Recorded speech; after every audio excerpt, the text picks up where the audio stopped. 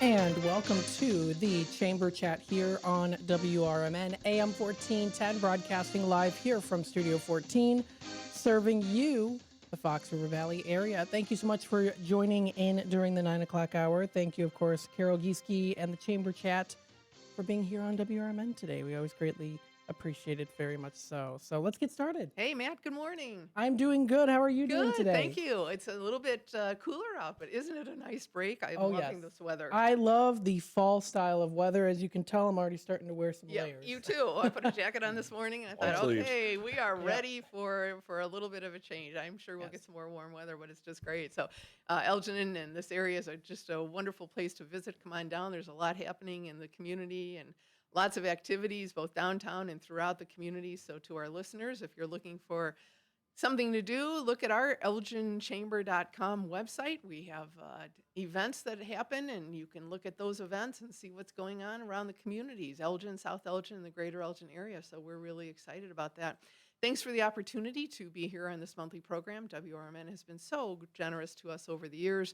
We appreciate that opportunity to come in every month and just talk a little bit about business, what's happening with business, how business is occurring. So people are welcome to call with any questions that they have. There's a lot of activity, a lot of earth being moved on the west side, northwest side of the community. So it's fun to see what's happening there. My guests today include Jim Davis, who owns his own business called Editing for Life. Jim, thanks for being here. Great to be here. Thank you. Good. And we're going to talk about Elgin Area Leadership Academy, this wonderful program that has been around in the community for quite a number of years, thanks to these generous volunteers who come back to us every other year to work with us. Dan Fox, original coordinator of the Leadership Academy. Good morning, Carol. Good morning. And Edgar Montes. Edgar is a new coordinator. Thank you very much for volunteering to work with us in the Leadership Academy. Thanks for having me. Good morning. So this is a wonderful opportunity to talk about a lot of things that are happening in the community, and we're going to just start out with a little bit about Dan Fox. Dan, you've been involved 4 years. Yeah, exactly. A good friend of our Elgin Area Chamber and many not-for-profits in the community. Dan is a volunteer who is making and has made just an incredible impact with his volunteer time in the community. And Dan, you are retired from teaching. Yes. And busier than what you were doing when you that's what were. happens when you retire. Yeah. And yes. say yes, right? Yes, you have time to do all kinds of other things. Yes. I'm enjoying the time to volunteer and participate with different organizations. Yeah, and so tell us a little bit about what you're doing. I know people are running and bicycling around your neighborhood. And Well, yeah, I'm an assistant with my wife Karen, who's on several committees, and so I'm at her beck and call with a lot of the activities that we do. She and I chair the Crisis Center auction that happens every year, their gala. I've been involved with the PADS board for 20-some years until just recently. There's such another new board there, and young, energetic people. It's time to get them involved, and I'm glad I turned it over to them. They're doing well. I'm working with Aurora University observing student teachers. and So that's something you've been doing for quite a period Yeah, of time, I've been right? doing that, about 15 years now. It keeps me active in the education world and helps me keep professionals, make sure we get good professionals in the teaching business. And you were teaching for a long period of time, right? I taught at Conant High School for 35 years. And what yeah. was the Social subject studies. areas? Social Social studies. studies, yeah. So it's pretty fascinating. I'm sure discussions around our current civic events that Yeah, I'm sure well, classrooms are talking about. Since I retired, there's 2 or 3 new chapters in the history books, I'm sure. So, yeah, it was fun talking about that kind of stuff. Yeah. Sure. Absolutely. Well, we appreciate your leadership and your volunteerism in the community. You certainly, as I said, are making an impact with what you do. And Edgar, you are just walking in as a student of the Leadership Academy, and all of a sudden you're turning into a volunteer coordinator along with Ruth Munson. But let's talk, Edgar, a little bit about how you came into this role. Yeah, so good morning, everybody. Thank you, Carol. So the way I kind of got into this role, I'm assuming the Leadership Academy. So my executive director, Nancy Coleman, was the one that kind of recommended me to take part of it. I had no idea what the Leadership Academy was. That was the first time that I ever heard about it. So I started researching it more. That's when I started getting more interested. So I kind of, got my life together in a way, and I decided to go for it.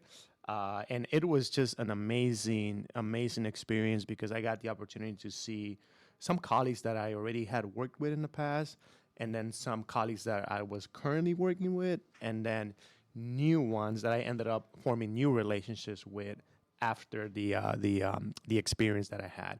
So it was an amazing experience. And then after that, Dan reached out to me, and kind of there was an opportunity for another person to come into the team.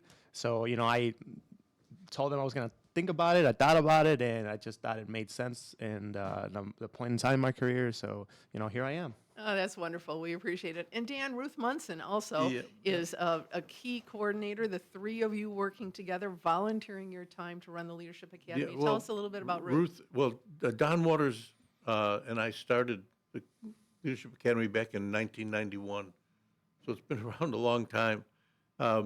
Ruth joined us as a co-facilitator in about 2012, I'm thinking. So she's been with us for about 12 or 13 years. And then when Don retired from this, Ruth and I took over, and we always wanted a third, and we had a previous graduate, Anthony Ramos, from the college joined us. He moved on to another job, and Ruth and I felt like we needed to keep a third person, keep the youth going, and somebody who represented the class and somebody who was more technologically savvy than I am, although Ruth is very good at that. And Edgar went through the last class, and Ruth and I both, when we started thinking who it was, we jumped on his name right away and encouraged him through a nice breakfast to join us. That's what did it. All I it think takes is that- that breakfast, I think right? that's what it is. I learned a long time ago from Ron Barkby. I don't know if you remember Of Ron. course. Ron was president of PADS for a long time, and he always told me you can always get somebody to join you if you give them a good meal. Absolutely. So all of his meetings were either breakfast or lunch. So There you go. That's the way to do it. that, So, and Ruth was a member of the first class or second? she not went through the remembering. first class, yeah, and Yeah. then she went on to become a civic leader too. Mm-hmm. She was at one point she joined the city council here, and then she was a state representative for a while, and she's been invaluable. I mean, the Leadership Academy is Ruth.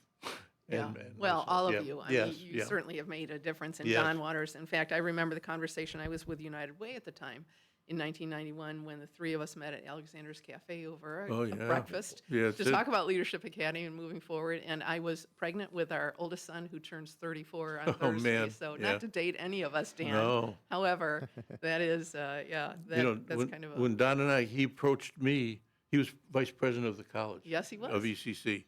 And he had seen a leadership group like this, a Leadership Academy type program in Iowa, where he was.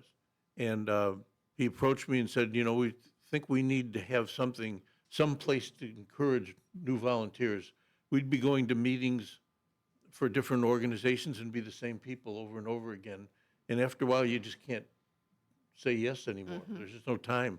So we thought recruiting new volunteers would help. So we put this program together, had no idea what it was going to turn into. You were at the United Way at the time. We had Ray Dalton was an attorney in town, and Ed Kelly was at the chamber, if I recall. that's right. Boy, my memory. Good one. I have trouble remembering my kids' names, let alone this.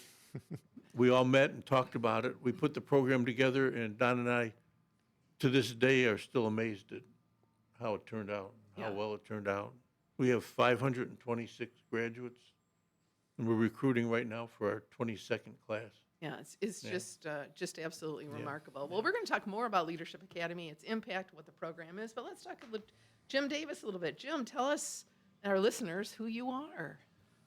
Jim Davis. My professional career involved 40 years at the Daily Herald. 35 of those years I spent as an editor. I was in charge of our DuPage County and Fox Valley editions. The last year, I shepherded in a new project that the Herald came up with, was called Straight from the Source, where we got people who had never written for a newspaper before to write for the newspaper. And of course, they were people who had something interesting to say, and they came from all walks of life.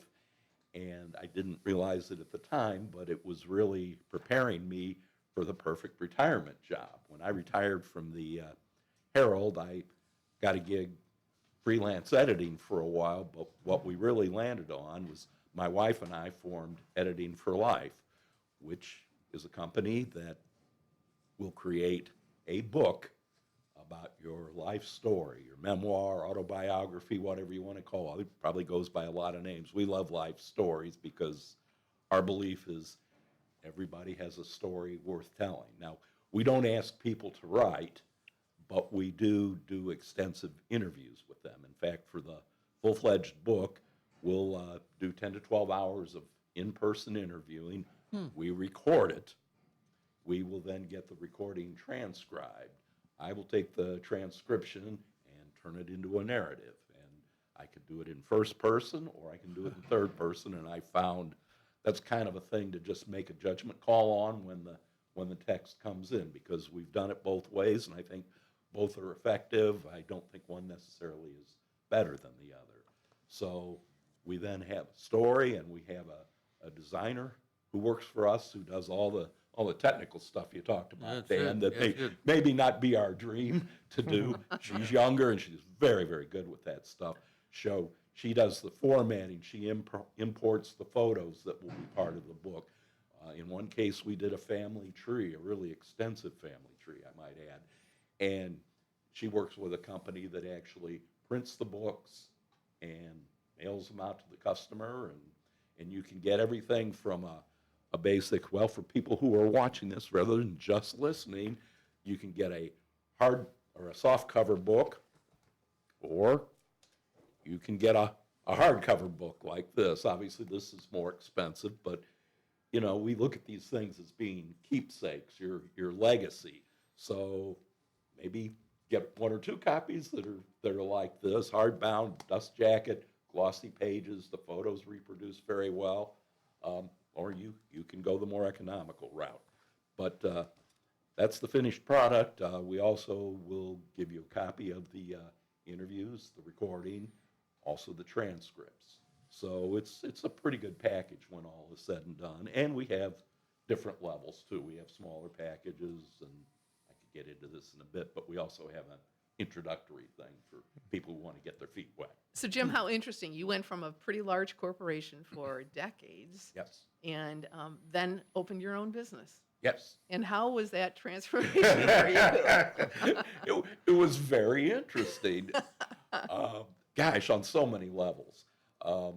I really got used to that weekly paycheck, I have to admit. Now, if we don't have a gig, we don't get paid. And I was talking to somebody at the place where I work out who went from being a teacher to being a jewelry salesman. And he says, yeah, I make cold calls, and if something doesn't click, I just go a little longer without a paycheck. So that's part of it. Really being responsible for yourself. And I think that applies to the business world. You have to take responsibility and accountability for your actions. But when you have your own business, every decision you make affects your business and how well it does. And just because you show up doesn't mean everything's going to get taken care of. That might be the biggest lesson, that we not just have to do our product well. I have 100% confidence in the ability of me and Margaret, my wife, who does the lion's share, if not all of the interviewing, because that's her skill set. But I feel very, very confident we can put out a good book for somebody. What is more of a challenge is managing the business, finding a way to market, finding a way to reach people, finding a way to actually get a signed contract to do this. So to me, that's a really big adjustment. And you've been in this now, Editing for Life, for how long? Number of years? 2 years was 2 when years. we started it as an LLC. And, you know, we had talked about doing this on our own. And then Margaret was still working. She was a teacher in District 300. And I had just retired, and I kind of fell into a freelance editing gig. I had a company that I actually contracted with, and that really kept me busy, and it wasn't bad work at all. I was editing people's aspiring novels, and there were varying levels of skill that went into their writing, and there were different types of editing that we could offer. Some people just said, oh, just do a copy edit. Just make sure the I's are dotted and the T's are crossed. Okay.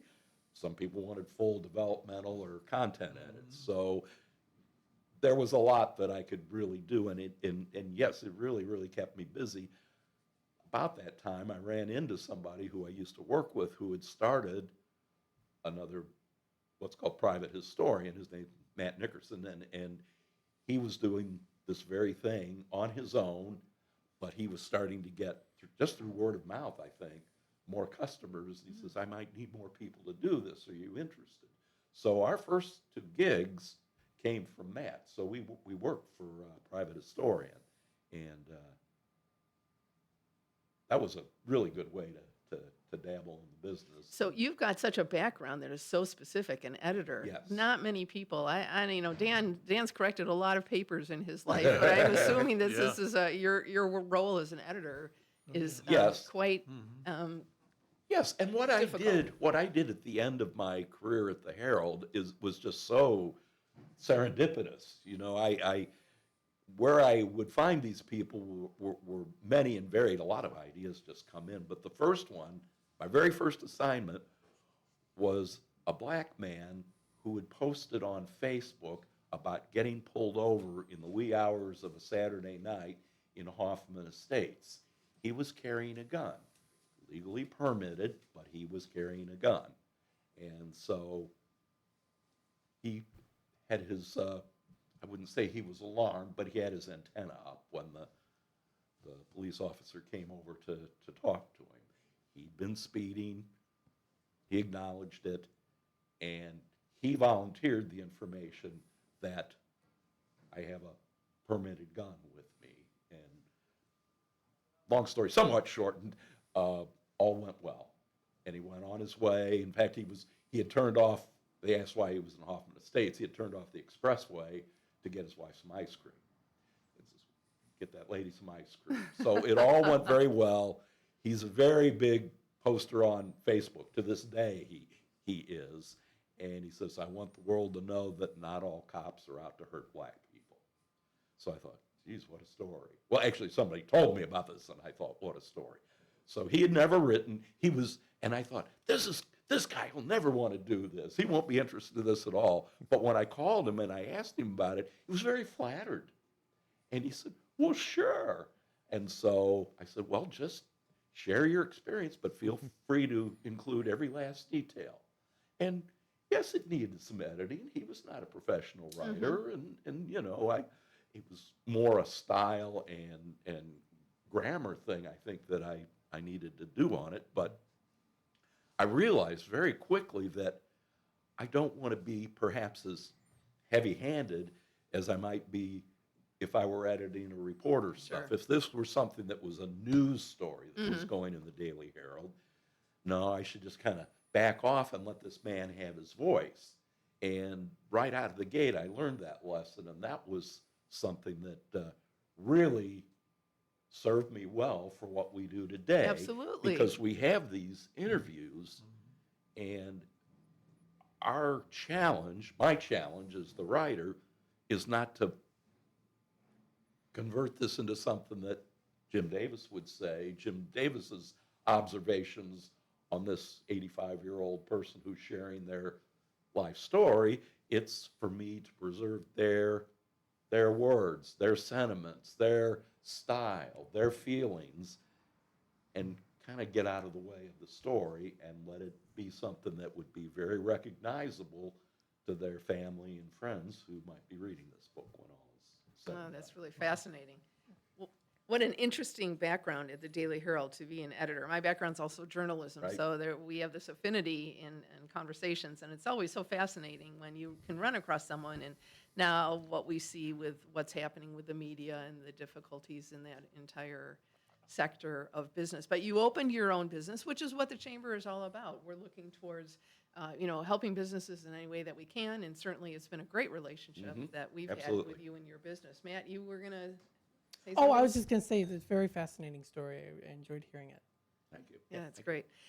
So we have a multitude of businesses that are with us at our Chamber of Commerce, ranging from someone like Jim and Margaret who work out of their home and started their own LLC and are evolving and maturing as a business, to School District U46 being our largest investor in our Elgin area chamber with over 5,000 employees and 32,000 kids and 50 plus schools. So we really have a variety of businesses that we're reaching out to and talking with and seeing how we can meet their needs and how we move forward and help these businesses in a variety of ways. We're going to take a break pretty soon, and then we'll be coming back, and we're going to talk a little bit more about Elgin Area Leadership Academy, about the Editing for Life, and then we'll talk also about Edgar, because you have a fascinating background as well. You work with whom? With the Alignment Collaborative for Education. And the alignment is a So, not-for-profit organization. Yeah, so we're a non-for-profit. We majorly work with the 4 school districts in the region and things of that nature. So we have School District U46, District 300, District 301, and then District 303, which is the San Charles District. So we have now worked with the full 4 in the region. And we obviously coordinate events such as like the job fair, the Explore event at U46 that happens annually at the Now Arena. We do various career panels, internships, volunteer-wise, anything you name it that has to do with career development, workforce development, we kind of take care of for those. Well, it's really been fascinating to see how this program's emanated from an initial discussion with Elgin Mayor David Captain and a few people around a City Hall table to talk about the future of education about 10-ish years or so ago, when we gathered in that room and said we really need to look at where our students are now and where they might be coming back to us, and how do we assure that they know what the current workforce is and jobs of the future will be. So it's been just a great relationship. We'll come back and we'll talk more about that in just a moment. We're going to take a break and we'll come back. Thanks, Matt. Of course. We'll be back in just a bit.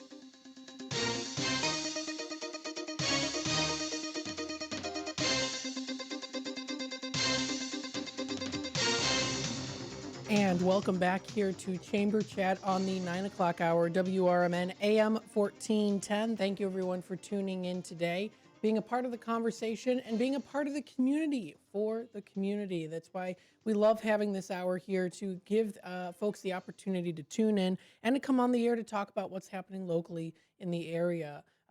So thank you so much, Carol, for coming on again. Hey, Matt, it's just a pleasure. And it's so much fun to see how you've grown into this position, too. I mean, you started out doing just a few things, and now you are carrying how many hours of live radio? Oh, my goodness, yes. Do you ever quite a bit, tabulate that? Uh-huh. But I love every moment of it. I Good. do. Good. And so you have your noon show where you're bringing in people that have programs or activities that are happening and interview them, right? Yeah, absolutely. Things happening locally in the area. We get a lot of people from the Elgin area too. It's, of course, as we know, very booming here in Elgin. And as an Elginite myself, that's something to be proud of too. So, and it's I mean, it's just always so much. It's so much fun to see.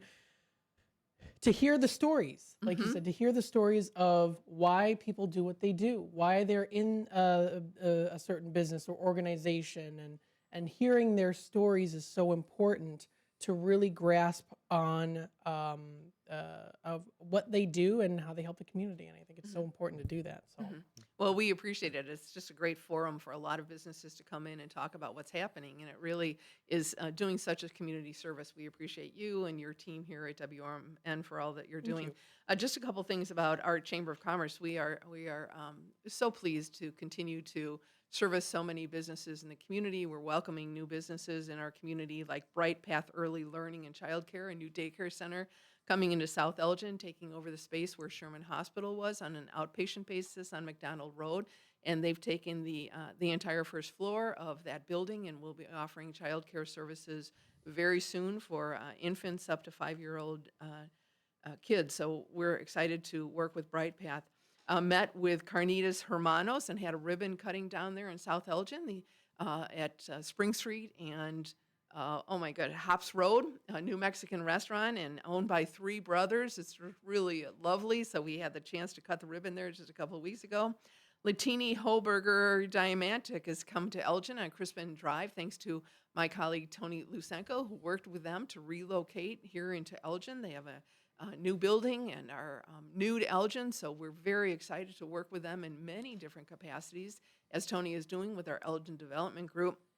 And we'll be cutting a ribbon there in just a couple of weeks, welcoming that new firm to Elgin. I'm meeting this afternoon with Maid Pro Elgin. Of course, we all are busy, and some of us need some assistance with our home and maintenance. And so this is a new service where folks will come into your home on a basis that you set and work to help you with maintaining your own home. So Maid Pro Elgin, they're working on out of an office on Larkin Avenue. And then Prestigia Solutions coming to us in Hoffman Estates. This is a business that works with other businesses and helps them set things up like Jim would need an LLC. How do I do it? What do I do? How do Margaret and I make sure we're official and do all the things that we need to do relative to setting up a If there's business, something you Jim? have to do every year, like Yeah. file your annual report. Oh, you and- know about those things, huh, Jim? Oh, gosh. Yeah, no. when we got to make More sure than I wanna that know. yeah, and we got to make sure that you do that sexual harassment prevention training every single year and keep that data in your employee file. So those are the kinds of things that Prestigia is Keep able to Margaret help in with. check. There you go. And so those are the little things with businesses that once you become a business owner, you might not have the capacity to have known that before you set it up. So that's where we can be really helpful. So welcome to those businesses. And then, of course, celebrating many businesses who have been with us a long time.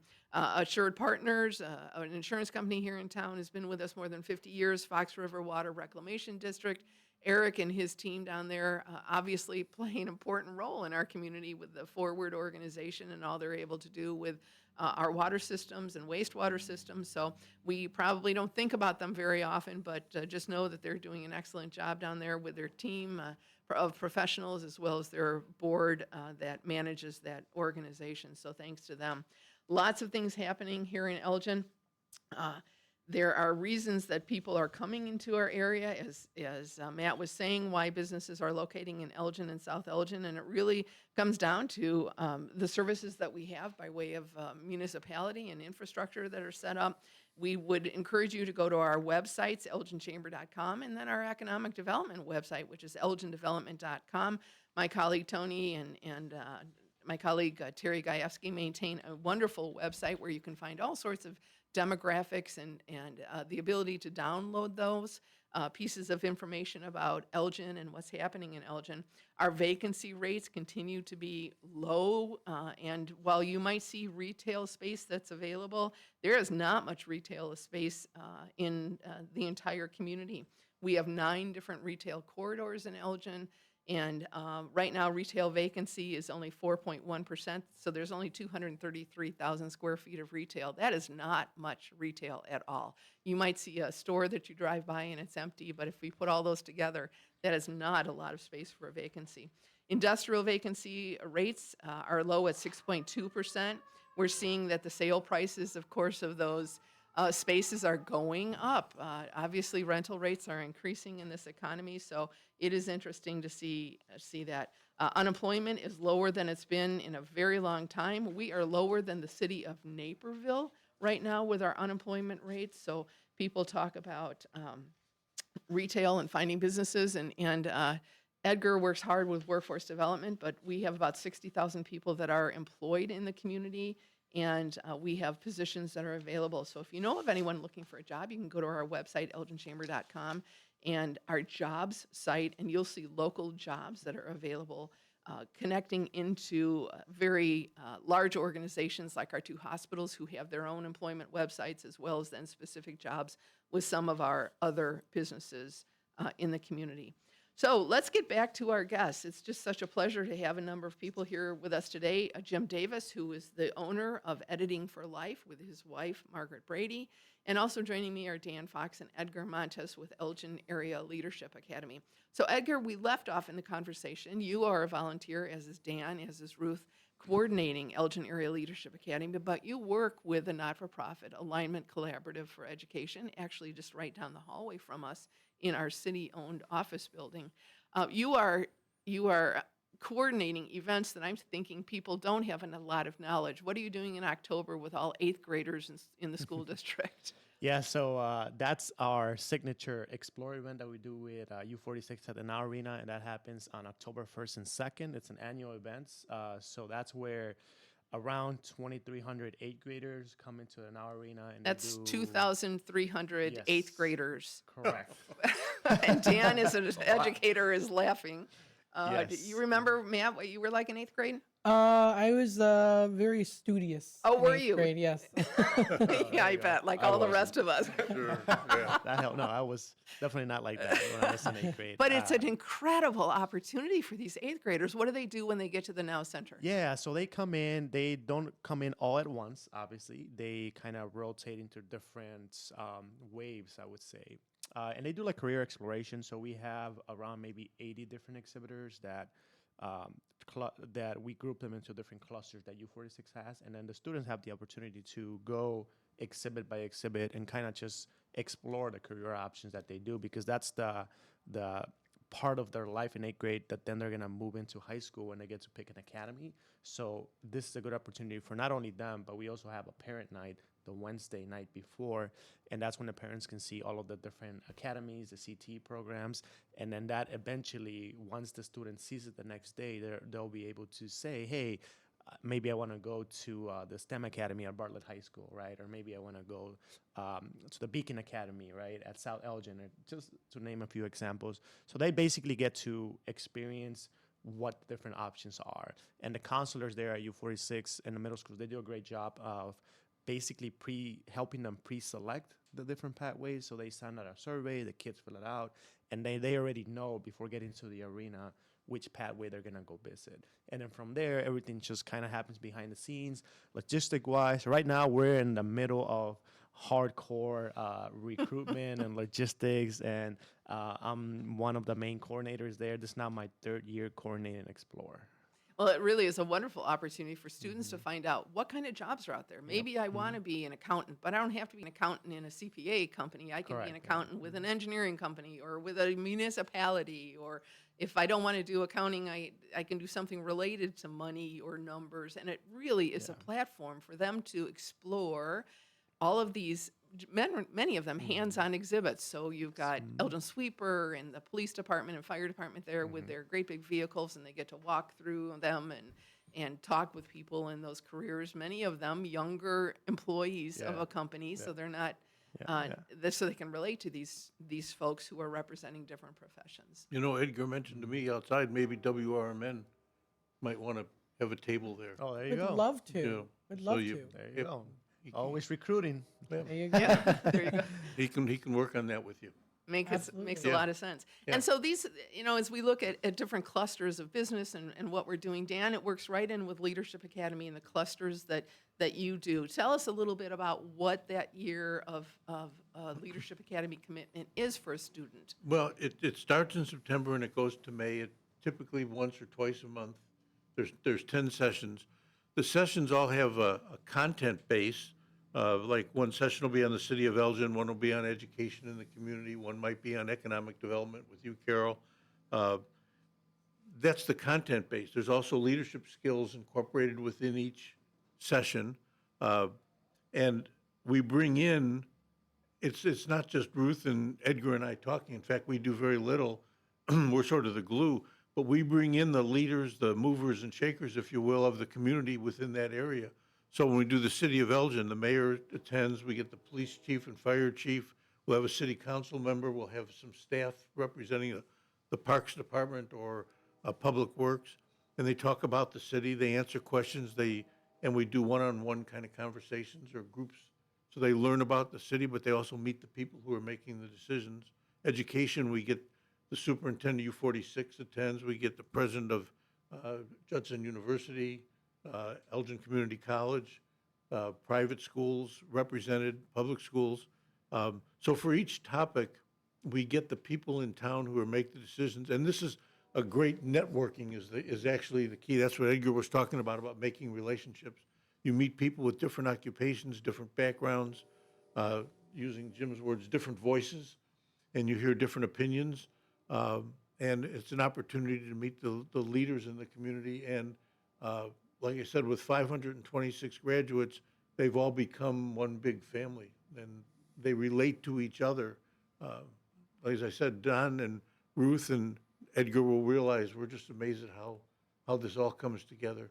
And it is an opportunity to develop leadership skills because Yep. you have those kinds of leadership Right. exersases each of the sessions Built, that built you have. within each content session, yes. And our intent is to look at future leadership. We want to make sure that those of us who are beginning to mature out of the workplace are being followed by people who have learned that there are roles for them. And the people who have graduated from Leadership Academy include 526 people in many different Oh, varieties yes. volunteering where? All over.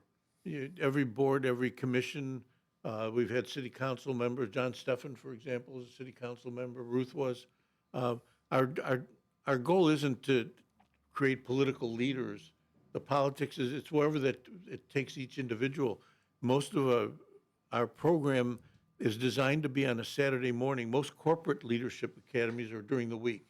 When Don and I first conceived of this idea, we wanted it to be more of a volunteer neighborhood thing where everybody can work. I was a teacher. There's no way I could attend a leadership academy during the week. You just can't get off of work. So Saturday mornings seemed to be the likelihood best way to do it. So we could bring in people who worked at home, people who had jobs during the week that couldn't get away. So it's a real mixture of people, business people, church people, faith leaders, housewives, people who worked at home, small business people. And so that mixture of people and networking really improved. And once you graduate, those are people you call for help, reliance. And that's the stories we hear. We hear them from Edgar can share that with you about the relationships he's developed and have helped him with his job. It's in alignment too. Yeah, it really is remarkable. These people, the master list that we have gone on to volunteer in so many different capacities, certainly on our local boards of directors of nonprofits, but if they're in the faith world, they're serving their faith, they're serving educational opportunities, they're elected officials, just a wide variety of roles that these folks who have gone through the academy have played. And those who have left the community well after they've gone through it are doing the same thing in wherever they've relocated. So we're very fortunate. If someone is interested in learning more about the academy, please call us at 847-741-5660. Go to our website, Elgin Area Chamber, and you'll see where we have a page under our programs and events for Elgin Area Leadership Academy. The application is there. There is an annual fee. We help with scholarships. We are just really excited to be able to kick this off once again with Dan's leadership, with Ruth's leadership, with Edgar joining that team and making a difference in what's available in the community. So we'd appreciate anyone that'd like to get involved, just give us a buzz and let us know. It's very exciting to be at this position, and we thank them for their generosity and their time that they've given through all of this. It is a major commitment, and we're just really pleased that Dan has been able to be with us all this time, and Edgar is joining us too to offer his perspective as a recent grad. So Jim, as we talk about business and the evolution of your business 2 years into this, did you think you would be where you're at now when you first started? That's a really interesting question because I guess I didn't, and this is probably not the best business model, but I didn't really have a vision for how many clients we would have, how much money we would have made. It just seemed like something that would be rewarding, challenging, interesting to do. And that was kind of I don't want to say money is irrelevant, but it just didn't seem to be our main motivator. So in that regard, I guess I didn't really hold any firm expectations, but I guess I will say is I would have thought we'd have gone through more clients at this point, that the process, in fact, when we put out a process when we were contracting with a private historian, it's like a 4-month process, which sounds like plenty of time. Well, the truth of the matter is, I don't think it's nearly enough. Unless we had a client who was really, really motivated to get this done, to have the book sitting on their bookshelf, to pass out to their family members or whatever, their priorities are not necessarily the same as ours. And that's not to speak poorly of them, of course, but it's just one thing that they thought would be nice to do. Meanwhile, life gets in the way. You know, they have a job. I know one of our clients, and frankly, we've been working with her for better than 2 years now. Her clientship is as old as our business. There you go. And it's not any disinterest or ill will. It's just she's trying to coordinate the input of her parents, her brother, her aunt, and they all, of course, live in far-flung areas of the country. So a lot of this is happening via snail mail. Sure. I mean, like, we have a copy of the book that we sent. We sent copies of the books to her. She sent it out to her relatives, and now she's waiting to get them back. And then she's going to go through, mark up one book for us to go through, and then maybe we'll You'll finish finally this get project to in it. our lifetimes. I hope That's so. good. So, long-winded way of answering your question. I guess I would have thought this would go faster and there would be a little more business out there. But I've also come to realize, well, we got to work it a little harder too. This isn't the part of doing what we do that I feel like is my area of expertise. I'm not necessarily real good or comfortable with cold calling, but there's an element of this in what you do, I think. So we've gotten a lot of help from the chamber, through the chamber. I've worked with Amanda Garcia and Color Word extensively, and she's a huge help. But still, it falls back on Margaret and me to go out and reach out to the community a little bit more.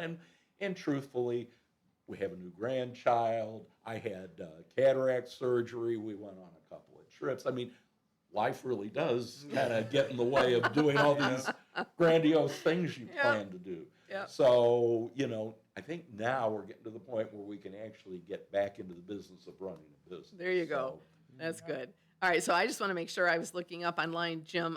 If someone's looking online for your business, elginchamber.com, your business is Editing for Life. Your website, though, is one word, jimdaviseditor.com. Well, that's my Other world. email address. You All can right. certainly get me that way, but if you want to go to Editing for Life, it would be jim@editingforlife.com. Okay, okay. And the website itself is editingforlife.com. Okay, so I think good. as long as you keep Editing for Life in your mind and even just Google it, I think you'll get to the right place. That's good. And as you said, you know, setting up a business sometimes is different than one anticipates it's being. Yes. We talk with many customers at our office through Elgin Development Group or through our Elgin Area Chamber, where they have these wonderful dreams of, I want to do this, and think that business, you know, I'll open my door if I decide to do a bricks and mortar. I'll open that door and people will be standing in line to come to me. And it isn't necessarily that way.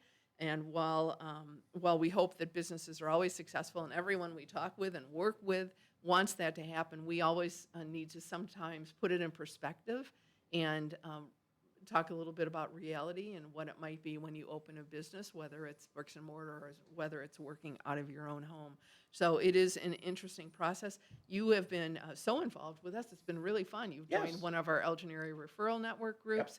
You come to some of our events that you think might be beneficial, and you're able to talk about your business, pass out your business cards, and do that cold world, if you will. While you don't enjoy it, you certainly are good at it. Well, thank you. And you know, once you get into it, it's fine, like the speed luncheons and that sort of thing.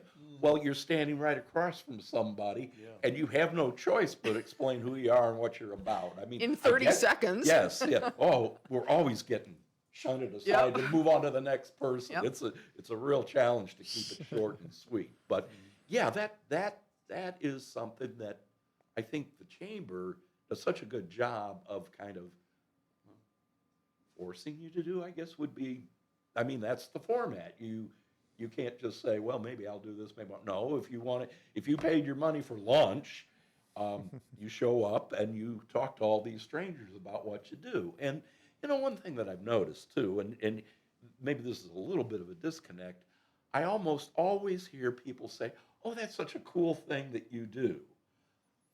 I wish I had talked to my parents about getting their thoughts down on paper, on having a book, having some kind of legacy left behind. Well, their parents are gone now. It's too late, and I don't want to be morbid about this, but the clock is ticking for all of us. So sometimes I think, well, gee, if you think that's a good idea, why don't you sign up? Yeah, there you go. So yeah, there's the real challenge. That is. I think. Well, it is hard sometimes to have action taken, but if someone's interested, they know how to reach out to you, Dan and Edgar. They can reach out to Elgin Area Leadership Academy. We are coming up at the end of the show. Thank you very much for being with us. We appreciate the opportunity to share information. Thank you, Jim. Thanks to Dan Fox and Edgar Montes with Elgin Area Leadership Academy and our Alignment Collaborative for Education. So the Chamber is there, elginchamber.com. We want to help connect, engage, and businesses thrive, so don't hesitate to reach out to us. Matt, thank you once again for hosting us today. Of course, it is always an immense pleasure. Good. We look forward to speaking with you next month. Thank you very much.